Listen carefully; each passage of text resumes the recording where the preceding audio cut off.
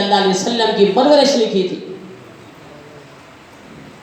لیکن ان کی اونٹنی، 3 قول آتے ہیں کہ ان کے بعد گدی تھی، دوسرا قول آتا ہے خچر تھا، تیسرا قول یہ آتا ہے ان کے پاس اونٹنی تھی۔ جو زیادہ مشہور ہے وہ یہی ہے کہ ان کے پاس اونٹنی تھی اور لاغا تھی، بہت کمزور اونٹنی تھی۔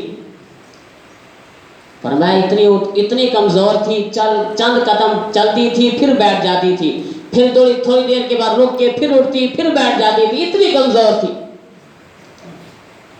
فرمایا بنو سعد کی جو دائیاں تھیں وہ مکے کے اندر پہنچ گئی، سارے کے سارے عمرا رؤسا کے بچے اٹھا لیے، اب وہ واپس آ رہی ہے، یہ مکے کے اندر داخل ہو رہی ہے۔ اب حلیمہ کو پتہ بھی ہے یہ بچے سب نے اٹھا لیے، سارے بچے اٹھا لیے، اب یہ مکے کے اندر کیوں جا رہی ہے؟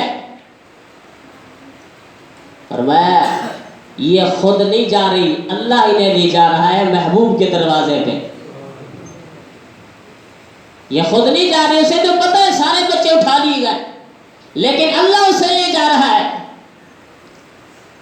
فرمایا ساری کی ساری دائیں واپس آنے لگی، دائی حلیمہ کو دیکھا اور کہنے لگی، طنز کے طور پر کہنے لگی، حلیمہ جا ہم نے تیرے لیے ایک یتیم بچہ چھوڑ کر آئے گئے، اسے اٹھا لے، شاید تیری مقدر جاگ اٹھے، شاید تیری قسمت جاگ اٹھے۔ اللہ اکبر۔ دائی حلیمہ، بی بی حلیمہ، سیدہ حلیمہ، تیری قسمت پہ قربان جاؤں، محبوب صلی اللہ علیہ وسلم کی دروازے پہ آتی ہے، دستک دیتی ہے، اندر سے آواز آتی ہے، کون؟ باہر سے حلیمہ نے جواب دیا، میں دائی حلیمہ بچہ اٹھانے کے لیے آئی ہوں۔ اللہ اکبر۔ اندر سے جواب ملتا ہے، بچہ تو موجود ہے لیکن بچہ یتیم ہے۔